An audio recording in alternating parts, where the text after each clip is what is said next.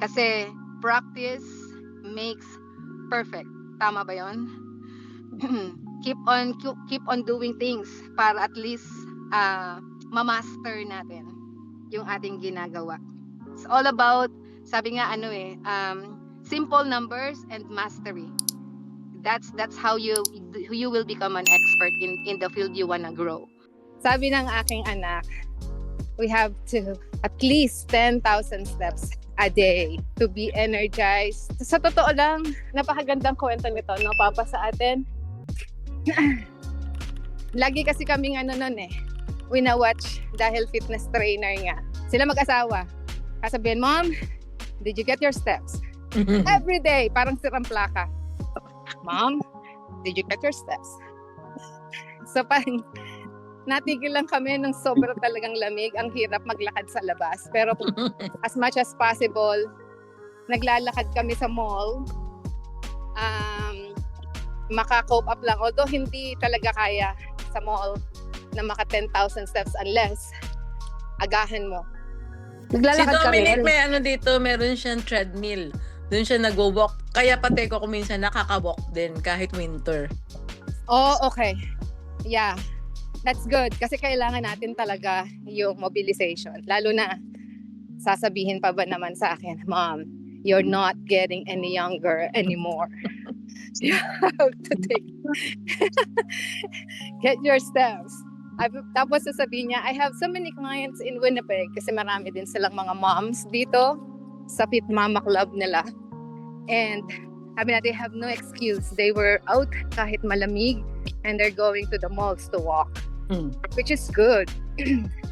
Really, really good. But anyways, isa yan sa kailangan natin hindi lang maintindihan ng tungkol sa financial diba? Yeah. Hello, Mina. Nandyan ka pala. Hi, I'm here. Oo nga, bakit wala kang muka?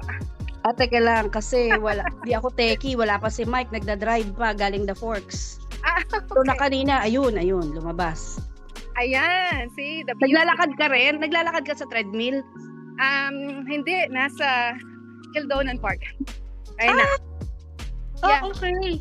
Kasi iba yung background, kaya akala ko nasa treadmill. It's really nice. Ang ganda-ganda ng panahon ngayon. It's +8. Oo nga eh.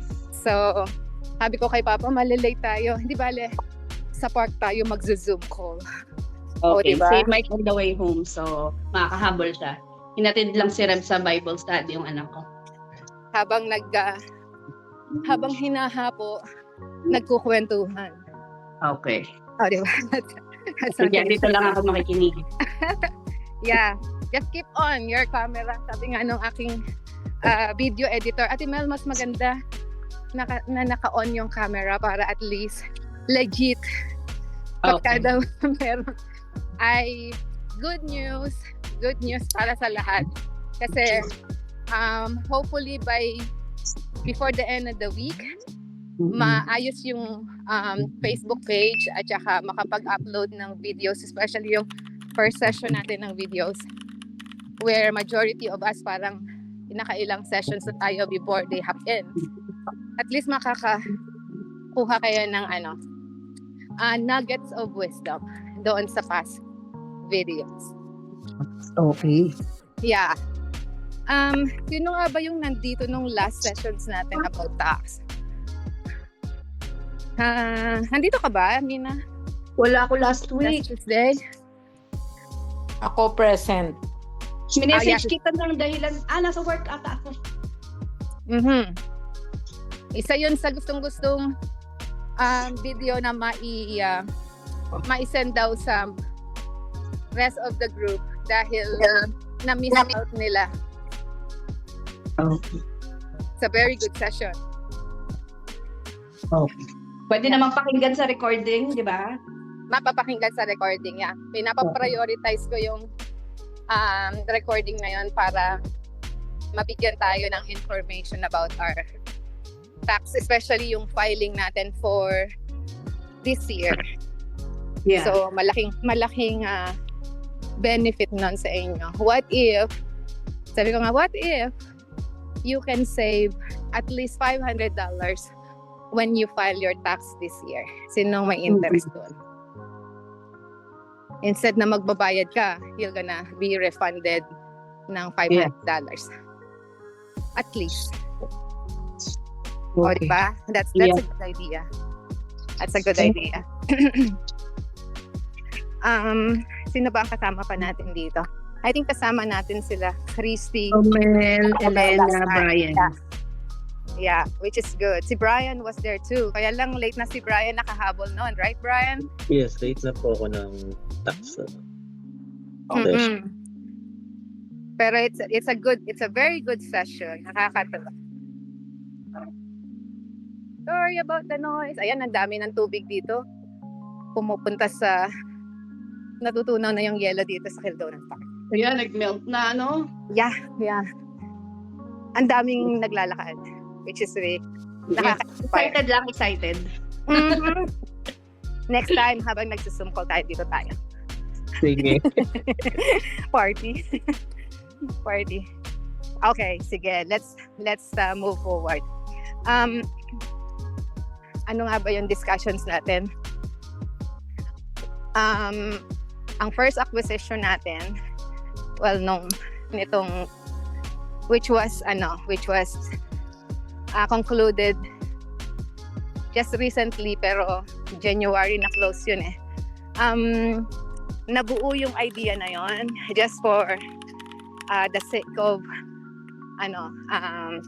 just sharing, is during the time na naglalakad kami palagi ni Orly. So, meron palang nangyayari kapag naglalakad, no?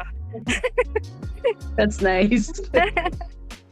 Kasi yung, I don't know, it's maybe sabi nila, maybe it's just a coincidence. But yeah, meron ka kasing gustong mangyari and you keep thinking about it. Pag nasa bahay ka, lalo na mga moms dyan, pag nasa bahay tayo, ang tendency natin, nakafocus tayo sa gawaing bahay. Tama ba? Yes. Ang trabaho sa bahay hindi yan nauubos. Yeah. Laging meron. And Yeah, that's sunod.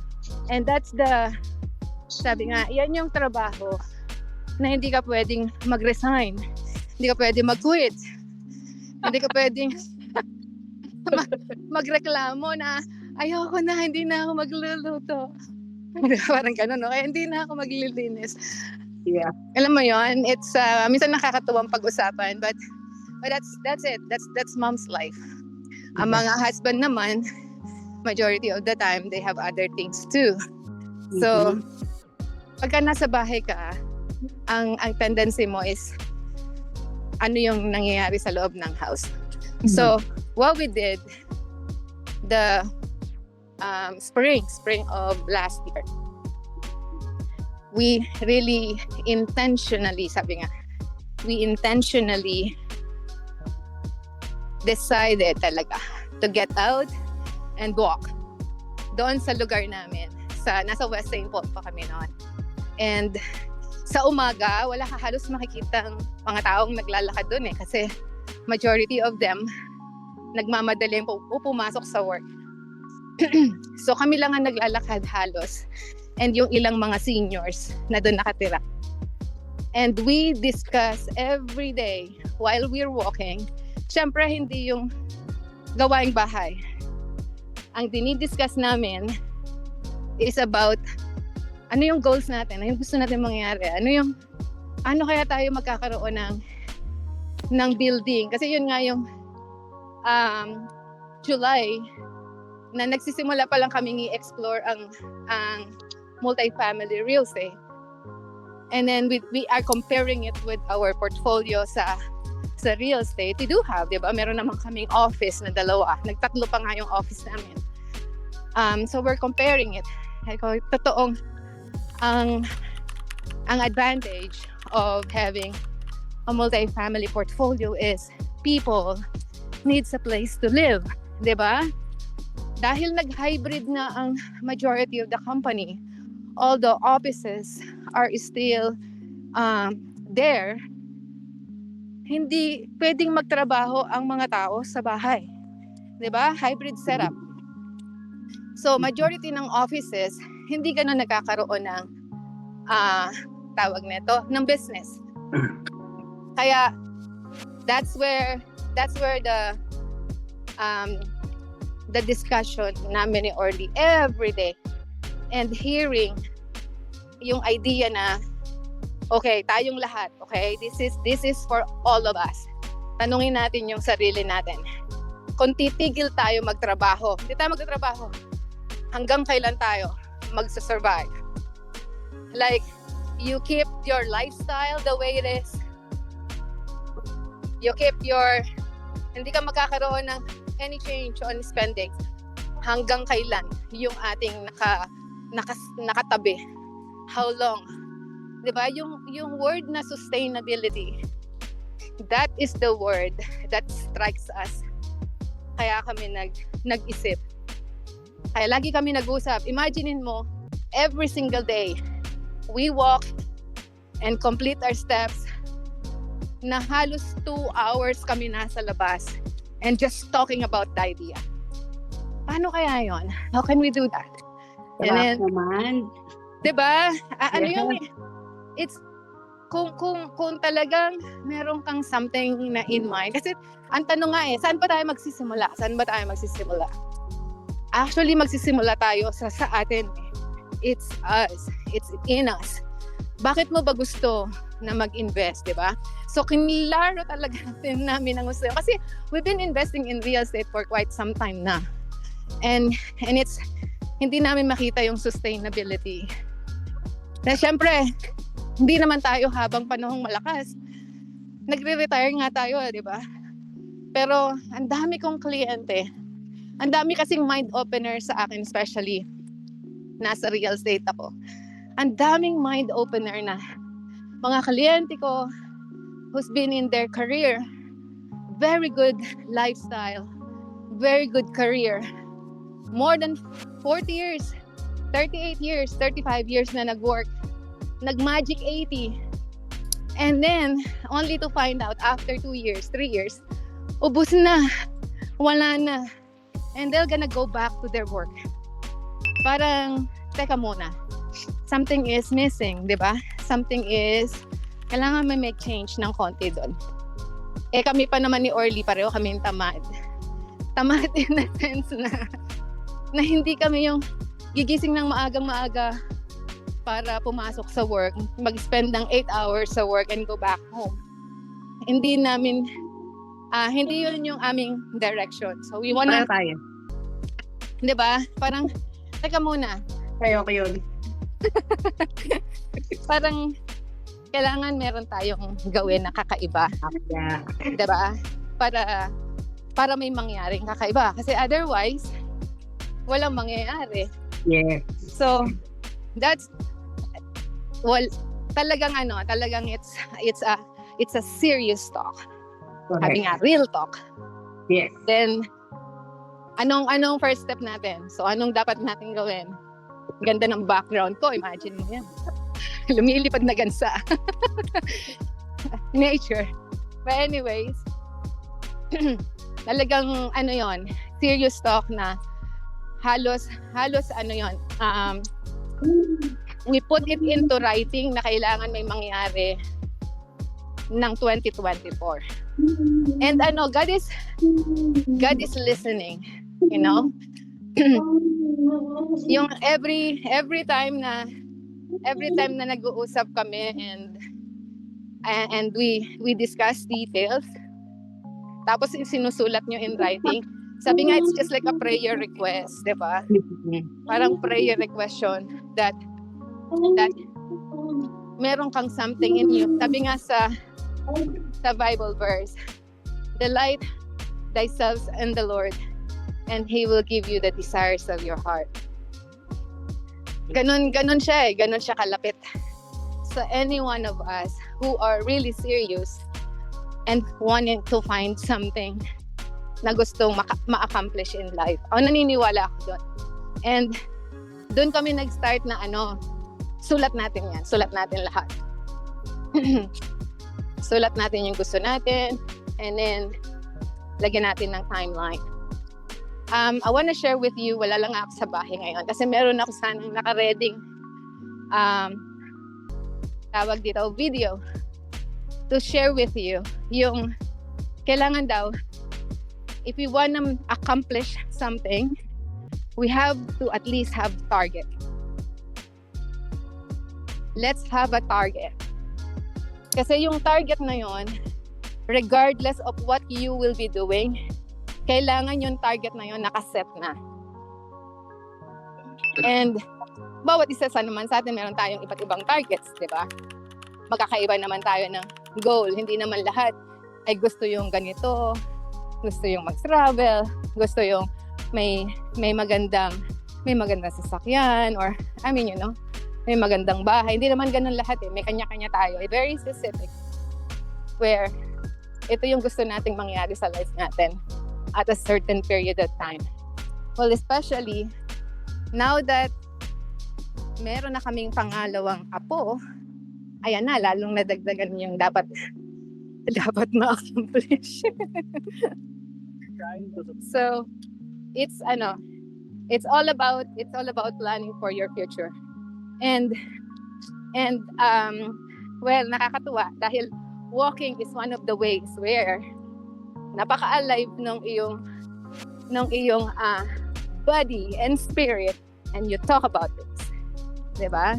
Hindi kayo tipong nakaupo lang na something na nagmumuni-muni. Everything in you, kapag naglalakad ka, buhay. Diba?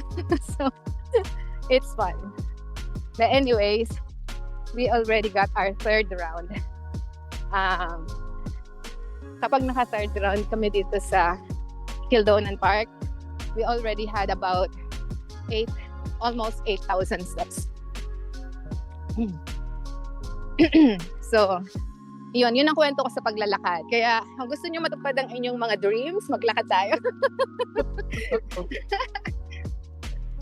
That is fun. Anyways, just wanna share. Kasi alam nyo, ang important ang finances. Very important. But, the most important para sa amin is health. That is the most important. Kasi aanhin mo yung finance. Mauubos yan pagka hindi ka healthy. Yes. Correct? Correct. Tell me. Sa amin, ang health is the foundation. Kaya as much as possible, while building our wealth, we have to keep up with our health. Okay? Yes. Importante yan sa atin. Hindi pwedeng excuse na, kasi kailangan kong dito dahil alam mo, lahat ng excuses when it comes to health matters, dapat, sabi nga ni Lem, ng anak ko, it's non-negotiable, mom. Hindi mo pwedeng i-negotiate ang iyong health with anything. And mind you, no one will gonna take care of you. Even your person beside you in bed will not. Hindi siya ang makakatulong sa'yo. It is yourself. Your self-discipline and focus, yun yung tutulong sa'yo maging healthy. Diba? Kaya no excuse ha. Pagka positive na, lumabas kayo dyan. Maglakad tayo sa labas. Yeah. Samahan niyo kami sa labas. But anyways, yun ang aking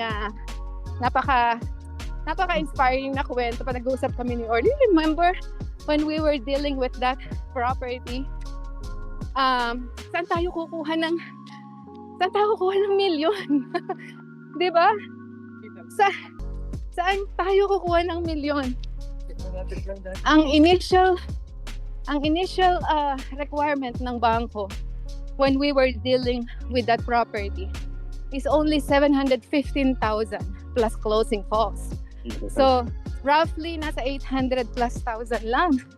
And I was like, okay, kayang-kaya naming dalawa ni Ate Berna. But before the year ends, or before the November month ends,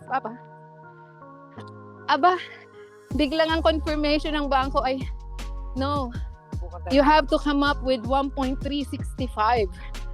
What? O, diba? It's like, okay, kailangan natin ng partners.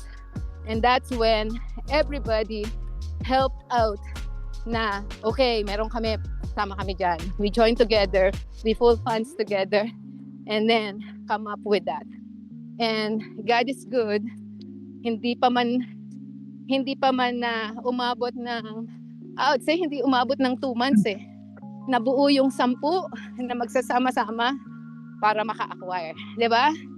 Napakagandang story. And that's sabi nga ni Coach, if you will be doing that over and over again with a group and your team, you can acquire more. And that's our direction. Kaya pagbutihin natin to. First, alagaan natin ang ating sarili. And second, yung ating dream. Wag lang nakasulat kung saan or nakalista lang sa utak. Kailangan yung dreams natin very visible na nakikita natin kahit saan tayo magpunta. Ilagay natin sa sasakyan natin yung list.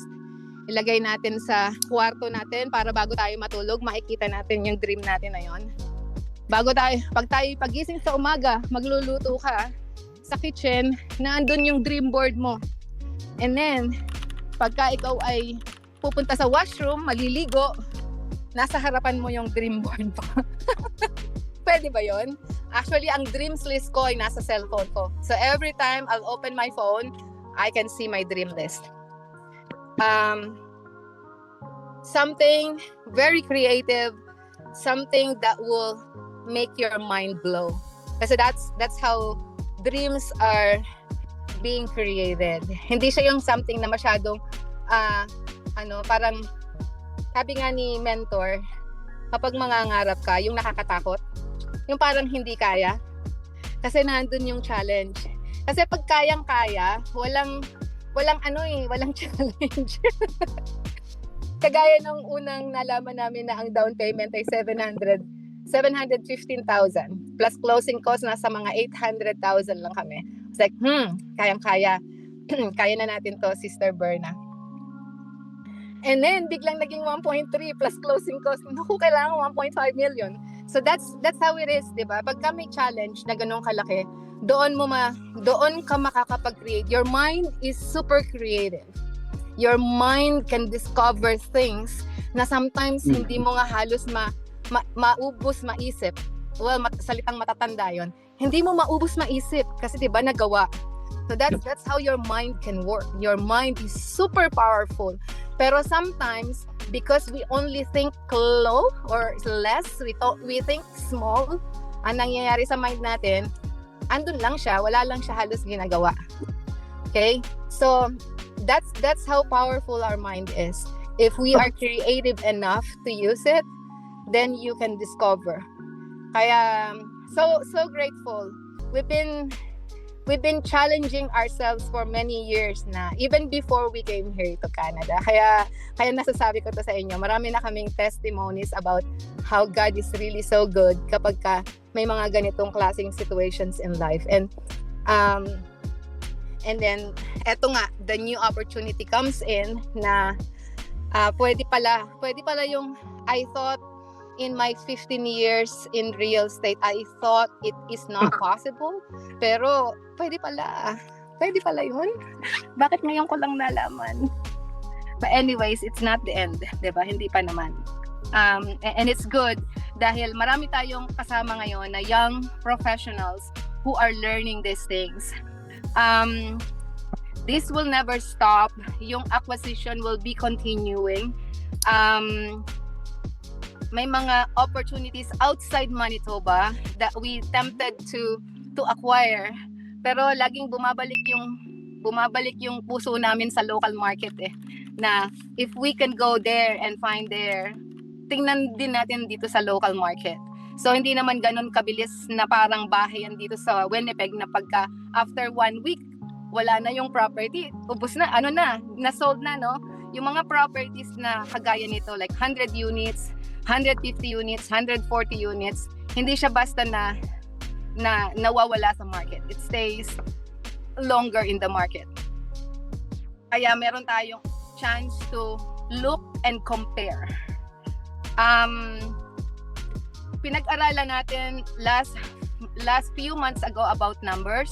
So sana you keep practicing it, okay? Pag-aralan yung mabuti yung mga how these numbers are being used pagdating sa underwriting. Kasi any one of us can find an opportunity na hindi natin makikita sa MLS. Pwede tayong may mga contacts, connections na magbibigay sa atin ng information about multifamily. Oh, meron dito binebenta, merong 30 plus units na binebenta dito. Something like that. So if you know how to do the underwriting, pwede nating pag-usapan during the call na, Ate Mel, may nakita kaming ganito. Sabi nung kaibigan ko, binebenta yung property na yon. And then we'll do the underwriting.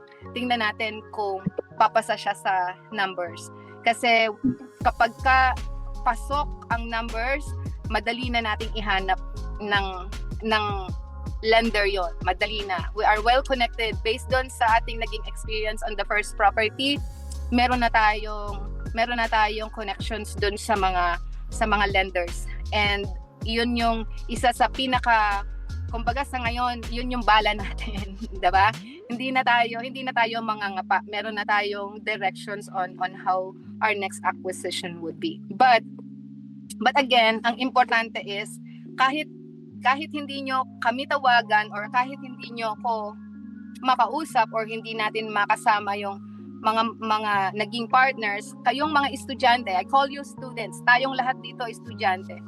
Tayong lahat, meron tayong paraan or meron tayong idea kung paano natin gagawin yung deal. That's super, super important ito sa ating ginagawang session. And I'm hoping na na matatandaan nyo yun. Wag nyo yung kakalimutan. Okay? That's very basic to. And kahit ang bangko, iyon yung kanilang ginagamit na reference. So if we know that, meron tayong numbers na pwedeng i-provide sa bangko na somehow once the bank finalize their underwriting too, then you will know na yung underwriting nila at saka yung ginawa nating underwriting are very similar. So hindi man siya yung exact numbers, but it has a very similar number or figures kasi ang bottom line talaga nun is what we had discussed in the past. So by knowing those, ang laking advantage nyo. So isa yan sa lagi nyong pag-aralan. Like meron kayong underwriting calculator, just plug in numbers there. Okay, merong 100 units dito. Let's say 80 units. Magkano ang rental? And then try to search on rents. Ang website is just like our teacher. Google, it's just like our teacher. Kung gusto nating malaman ng mga available rental rents or rental rates sa market, especially let's say nandito tayo sa Garden City area, o magkano ang rental ng Garden City? Makikita natin 'yon sa searches, 'di ba? So let's play around those numbers and then learn from it. And then keep on doing it over and over and over again para ma-practice tayong lahat. Gagawa tayo ng if you have something in mind to discuss, especially properties na nakikita nyo dito sa Winnipeg, let's discuss that. And then we'll find some other properties kagaya ng practice natin nung one of the sessions that we had. Pa-practicein natin using the underwriting calculator natin, and let's see if we're gonna arrive at the same number. Kasi practice makes perfect. Tama ba 'yon? keep on doing things para at least ma-master natin yung ating ginagawa. It's all about sabi nga simple numbers and mastery. That's how you will become an expert in the field you wanna grow. So itong mga kasama natin dito who are really really young, I'm so happy that you're part of this session. Kasi moving forward, malay nyo kayo yung magiging KP. Alam niyo ba yung tinatawag na KP? Madalas niyo makikita, maririnig yan sa discussions ng mga corporations or partnerships. Ang ibig sabihin ng KP, mga key persons. Someone who knows the numbers, someone who knows where the funds will be coming from. So another terminology na ginagamit nila aside from KP is GP. They call it general partners. General partners, sila yung nakakaalam ng deal, sila yung nagtatransact ng deal, sila yung kumakausap sa bangko. So time will come that you can do that too. Once you get exposed doon sa acquisition. Kaya tayo dyan, it's all about understanding the numbers and then yung practice. So yun yung ating kailangang gawin moving forward. In relation to what we discussed last time about taxes, may nagtanong sa akin right after the session sabi kasi nila is so how would investing in real estate benefits us sa tax? So, well, first and foremost, wag tayong mag-invest sa real estate na ang ating habol lamang ay yung makatipid tayo sa tax. Kasi that's very obvious. Talagang meron siyang tax benefits, tax shelter. That's why majority of the business tycoons, kung pag-aaralan nyo ang kanilang lifestyle, all of them invest in real estate. Kasi it's one of the tax shelter na very obvious kahit sa IRS, kahit sa CRA, makikita nyo how people who are investing in properties, in real estate, are making are getting these tax credits and tax incentives. Lalong-lalo na kung ang papasukin pa natin is yung sinasabing housing projects ng government, like either provincial government, federal government. Well, buong Canada, we need housing. It's not about housing hindi yan yung housing ng mga bahay na nasa new development. Actually, it's not that. Ang sinasabing housing project is yung mga rental properties. Kaya nga mapapansin nyo sa ngayon in Winnipeg, kung mapagmasid kayo, ang daming mga rental properties, mga high-rise apartments na pinapagawa ngayon. And that's very noticeable. Kaya yung especially sa south area and sa mga new development, mapapansin nyo, uunahin nila yung mga apartment buildings bago pa sila gagawa ng mga bahay. Diba?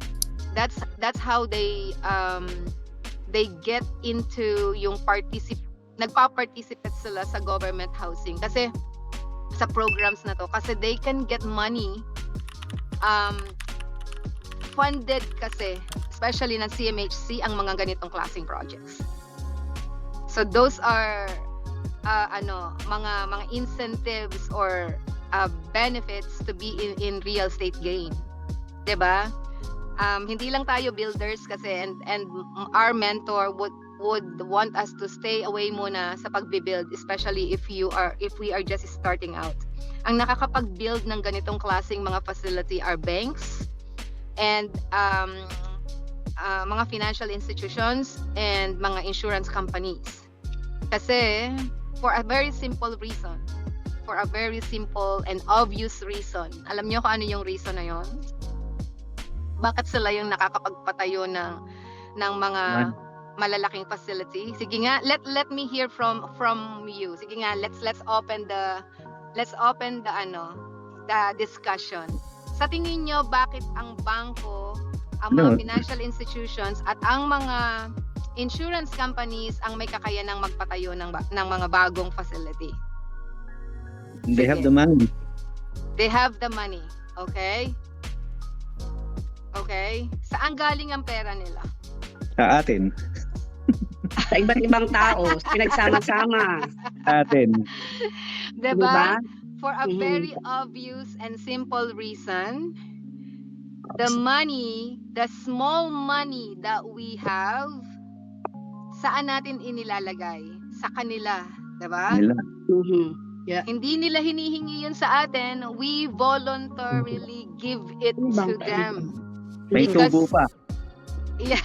Because, why? Why? Bakit sa tingin nyo, voluntarily natin binibigay sa bangko ang pera natin? Sige nga. Requirement nila yun eh. For No choice. Wala tayong choice. Ano, gusto niyo bang sabihin? Mm. Sige, paano yan? Kasi feel natin safe doon yung pera. Tama ba? Okay. Mhm. Okay. Yep. Feeling safe? Because we're being taught simula pa ng matagal na panahon, many years, na ang ating we were brainwashed. Tama ba yung terminology na yon? Or indoctrinated. Na kapag nilagay natin yung ating pera sa bangko, it's safe. Kapag nilagay natin yung pera natin dito, hindi siya mawawala. Naandun lang siya and it can at least earn money. Diba? It means that wala tayong trust sa ating sarili.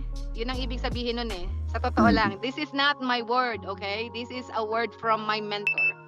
Ang sabi niya, kasi tinuruan tayo na hindi magtiwala sa ating kakayanan. Tama? Kasi kung meron tayong kakayanan, hindi natin ibibigay sa kanila pera natin. Correct? Can I add something? Sige, go ahead. Mike. I think mas malalim pang dahilan doon. I think we're Okay. just lazy. We're just lazy kasi lazy tayo to secure yung money natin. So that's why nilagay natin sa bangko kasi yung bangko naka-set up na siya na ma-secure yung pera natin, quote and unquote. But Okay. pero kung masipag tayo to dig deep, to dig in, to figure out okay paano mapapalago to in a secured way. So pero that would mean na kailangan natin ng effort, time, energy, and collaboration. So, Correct. pero kung lazy ka, syempre, lagay mo lang sa bangko, bahala na sila, set up na sila eh. so babayaran ko kayo para gawin niyo yung trabaho ko. I think yun, just my opinion. Right. Okay. Good. Thank you, Mike. Sige pa, sino pa yung merong ibang opinion? Sister Ellen. Ganun nga, kamukha nun sa insurance companies, yung mga premiums na binabayad, syempre, mag-shell out lang sila ng payment pagka may nangyari na dun sa insured. And it will take a long time. Kung aksidente, yeah. Pero most of the time, it takes years bago sila ng pera. That's what. And they can use that money to invest in this kind of asset, 'di ba? Kasi napaka-liquid nila. Yeah, any idea pa from the rest of the group? Sige nga, Romel, what is your point of view? I'm not too sure. Why are we giving our money to the bank? Why are we putting our money into the bank? Ay mag-umpisa ng business o ano man. Aha. Mas safer ba talaga sa bank?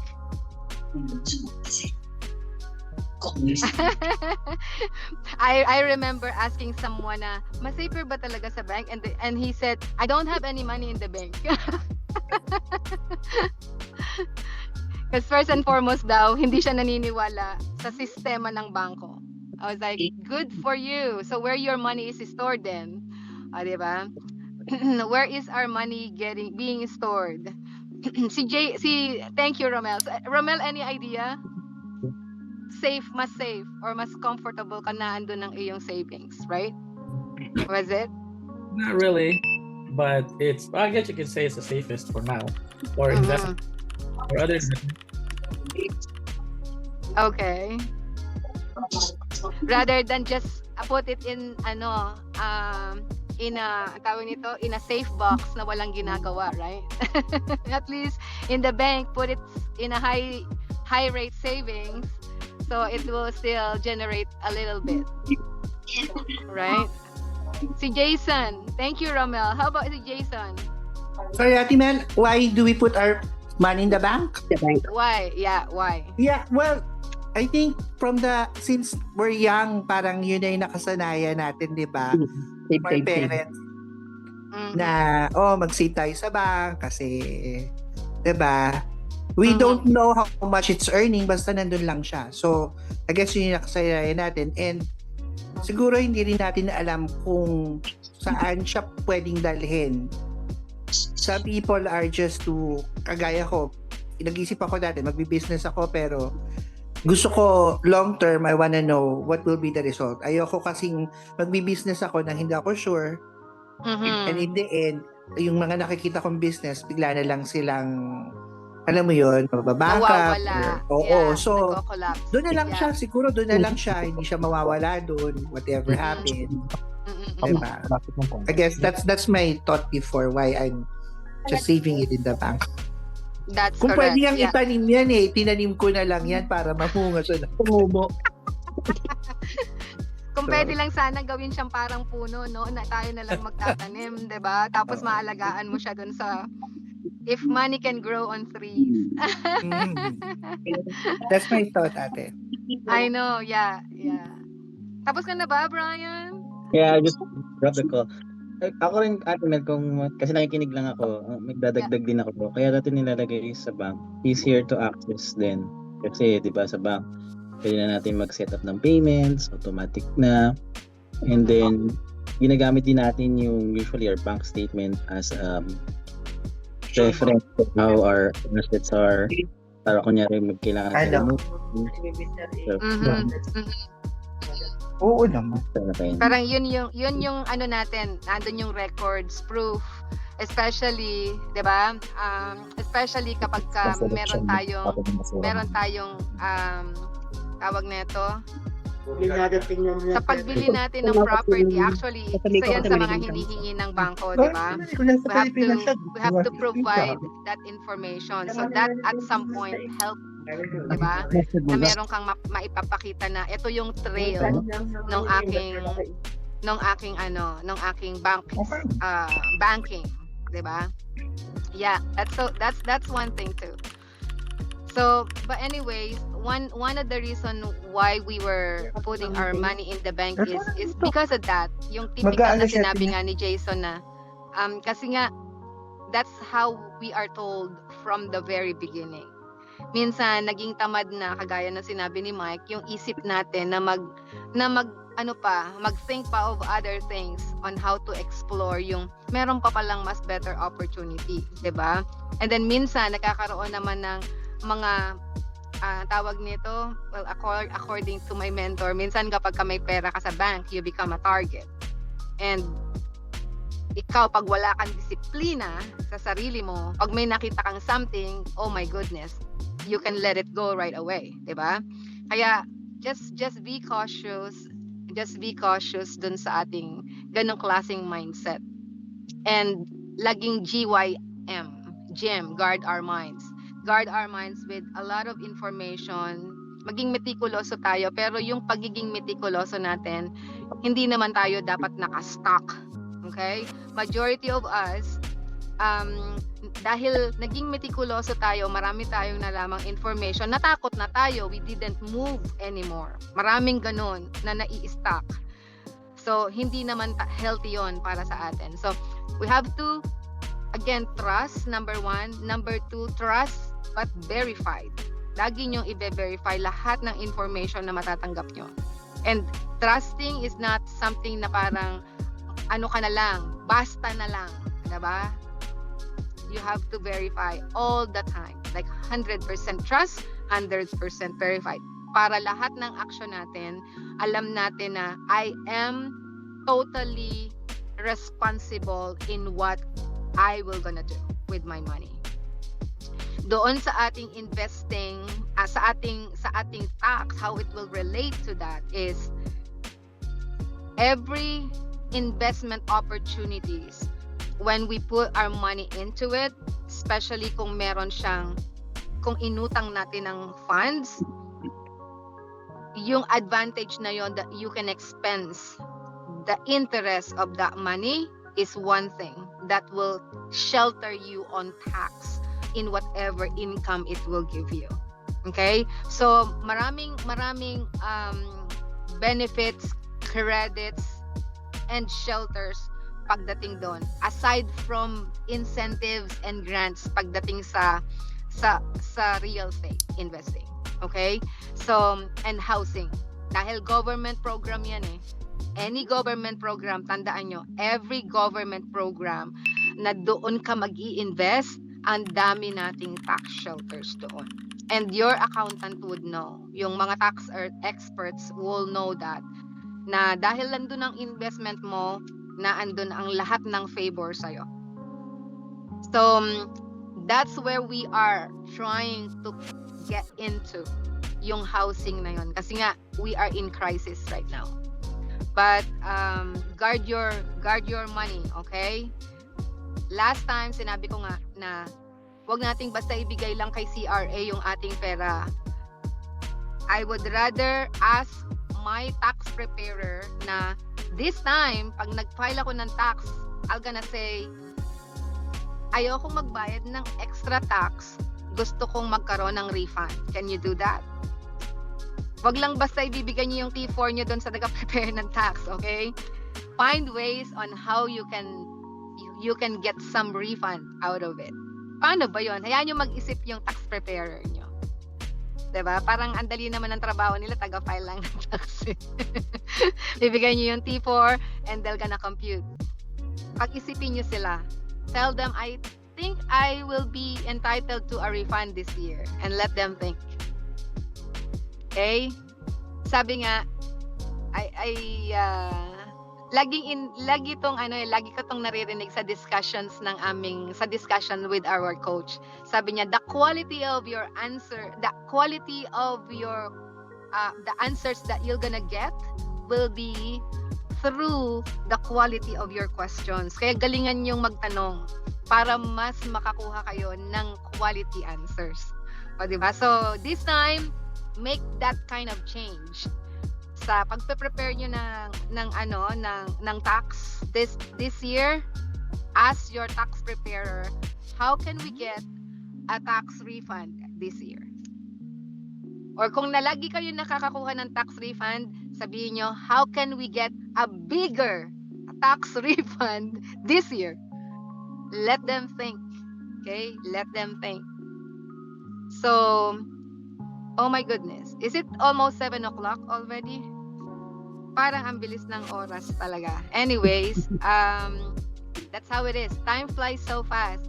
Kaya nga, the younger you start and the younger you learn about real estate investing, the better you are. Kasi ang kakampi nyo dito is time. Sa real estate, the longer you hold, the better. Kaya congratulations dun sa mga natin, sa ating mga young guns, o di ba? Na natututo ngayon. Just keep on learning this stuff and then apply it to madaming hindi naman madami, there are 2 or 3 na mga clients na nagtatanong, okay ba yung 11 units, Ate Mel? Sabi ko, well, depende sa number, 'di ba?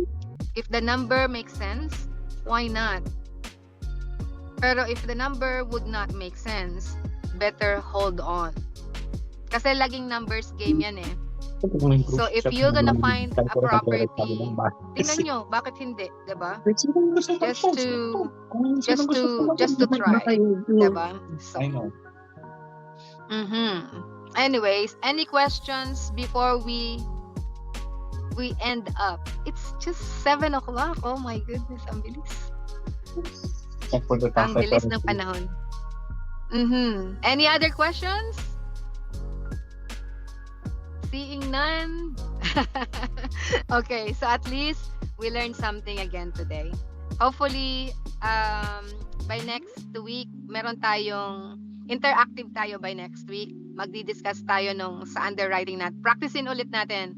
So we keep on tawag nito, working on that calculator ng more frequently para makita natin how it will gonna work.